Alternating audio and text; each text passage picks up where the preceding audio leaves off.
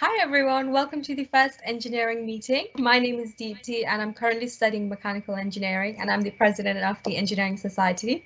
So Engineering Society at Warwick is run by elected members such as the president, year rep, so you have a representative for each year that you are studying here for, event coordinator and many more roles that work together to make this event possible for you guys. Usually we have someone from an organization outside engineering organization come in and give you a talk to give you a bit of insight into what your working life will be, or give you tips into make you ready to apply for internships or even the job that you'll be interested in, such as Shell, Jaguar Land Rover. There will be many other different types, such as from civil engineering to systems engineering to biomedical engineering. We can have even NHS come in and give us a little bit of talk as well. But for today, you'll just have me because we have organized a special event for you guys where we'll be working on your CV and your personal statement, especially around this time. It's March time and we'll be applying for internships around this time. So you can have something to do in the summer. So before we do anything, I just want you guys to introduce yourself a bit like I did, with your name, what course you're studying, and what form of stream you're in. Hello, I'm Hannah and I'm studying civil engineering and I'm currently studying from home.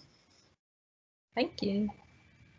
Hi, my name is Samad and I'm studying economics, which is a 3-year course. And at the moment, I'm currently a member of the Warwick Economic Society, and it is the largest academic society on campus.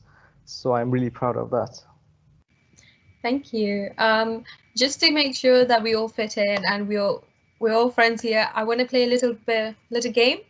So I'm going to send you guys the link in the chat right now, and if you guys can join that would be very helpful.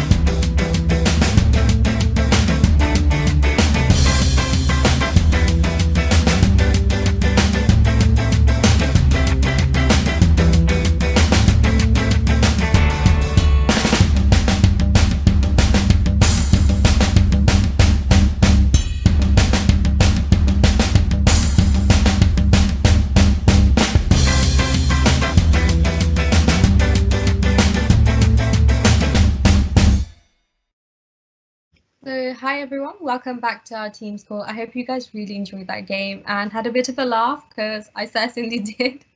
And now we're going to get a bit more into the serious part, which is going over our CV and our personal statement. So I'll just screen share an example of a CV. This is just a basic example, so yours does not have to perfectly fit into this, but it needs to be very similar to what it is. I've just used my name as an example, so just be aware of that. Yep. Okay, so your name always goes on the top, which is Deepti Sapkota, and from now on I'm just going to give you a brief overview of what's in each section. So right below your name where there's XXXX, first you write in your address, including your postcode. I suggest write your home address because your uni address you might be moving around a bit. And then after your address, you need to give your phone number where it's best for them to contact you. Below that will be your school email, and then next to that will be a LinkedIn. LinkedIn is a social media for adults, basically, where you talk about your jobs, look for jobs, and share what you've been up to in your field. So rather than sharing your personal life, it's mainly based on what field you go into. First and foremost, you must always have your education, what you're studying now at university, and what you did for your A-levels, maybe even college, and then your secondary school. You do not need to write in your primary school just yet. And then below that will be relevant work experience. Does anyone know what relevant work experience means? Is that work experience that would specifically help you with what you're applying for? Yes, that is correct. Yes. So it needs as long as it's associated with your course, so it has application-based work from the relevant subject. That is correct. Both of you said the right answer. So it's Yes. the experience you've gained in the field that you're studying for and in the course you're doing. So here are the two examples I've written. Our first one is a research paper that I did in the tallest building of the world.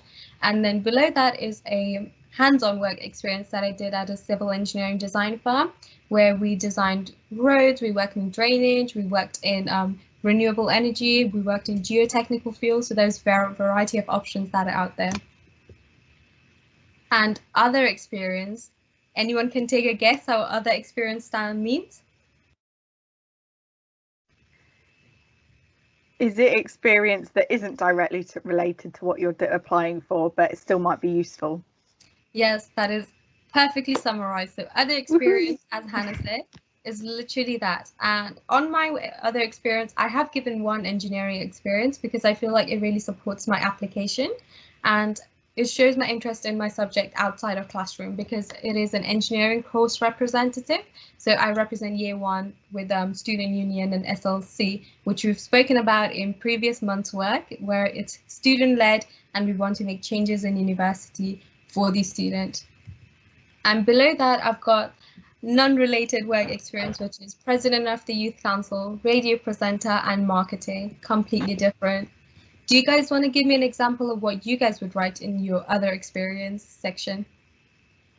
Yeah, so my example is that during the summer holidays in my first year of A-levels, I worked on a project that was aimed at tackling plastic pollution, and I worked with organizations such as the Co-op in tackling these issues, and I gained many skills such as speaking to people and organizing your tasks in a project, and among other technical skills too.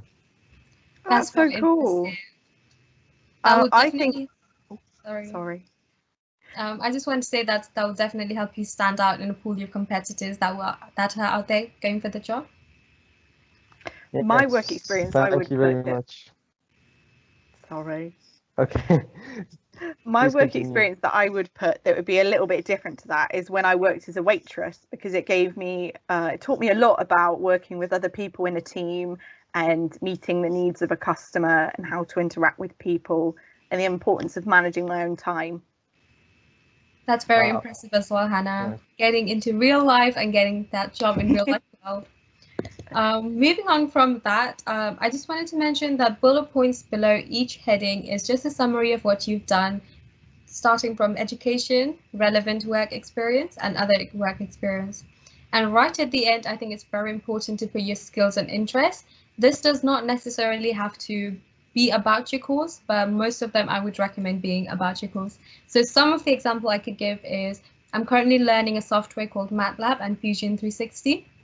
But right below that, I've mentioned that dancing is one of my interests as well, which is not correlated at all. But this is where you summarize yourself perfectly and kind of end it as you would kind of describing yourself as a whole. If you guys have any more questions, I would say just write it in the chat.